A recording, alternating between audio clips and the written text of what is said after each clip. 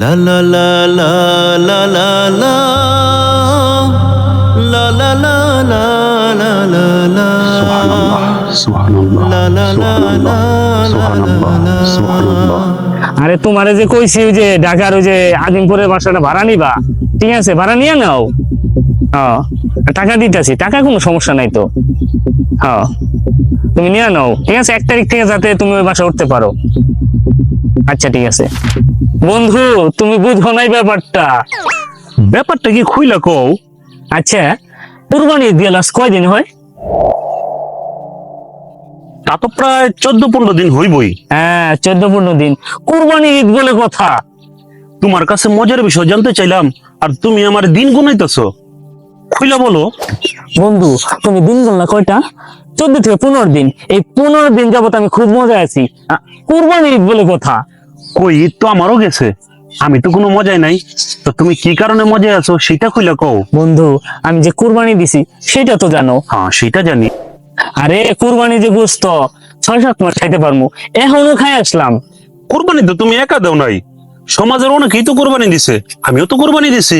আরে তুমি দেওয়া আর আমি দেওয়া বহুত ফারাক। হ্যাঁ বড় তো তুমি দিছো 90 থেকে 1 লাখ টাকায়। বন্ধু আমার যেরকম সামর্থ্য আছে আমি তেমনই দিছি। সবচেয়ে বড় কথা হলো সহিনিয়ত হালাল টাকা, আমি হালাল ভাবেই কোরবানি দিছি। আসসালামু আলাইকুম। ওয়ালাইকুম আসসালাম। তা কি মনে করে এখানে? আইছিলাম আপনার কাছে গরুর বাকি টাকাটা নিতে। আরে গরু বাকি টাকাটা নিয়ে এত পাগল হইছো কে? আমি তো আর পালাই যাইতেছি না। টাকাটা দিলে উপকার হইতো। উপকারে তো আমিও জানি, দিমনে পরে। যাও যাও এখন যাও এখন যাও, এখন জ্বালাতন করো না। তাই যে দুস্থ লাগি টালাপ করতেছি। ভাই দোকানদারে কুড়া বসির টাকা জমে গেছে, দিতে হইব ভাই। আরে দিমনে ভাই, যাও এখন এখন যাও। ভাই তো বুঝাচ্ছে টাকাটা দিলে আমার অনেক আরে উপকার বলছি হইব। তো দিমু, আমি তো আর পালাই যাই নাই। দিমু দিমু এখন যাও তো, এখন যাও। ভাই বুঝা যায় উনার বুঝা না কিছু যাও, যাও। অযথাই ঝামেলা করে লোকটা।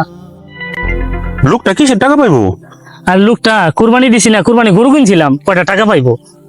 কোরবানি হইলে প্রায় 14-15 দিন হয়ে গেল, হুম। এখনো বাকি টাকা দাও নাই, আর বাকি রেখে তুমি কোরবানি দিছো। মানা তরকারি নাই, দিমু না দিমু, সময় না, লোকটা অভাবী, লোকটা টাকাটা পরিশোধ করে দিয়ে দিও। আর যাই, আমার আবার কাজ আছে। ঠিক আছে ঠিক আছে।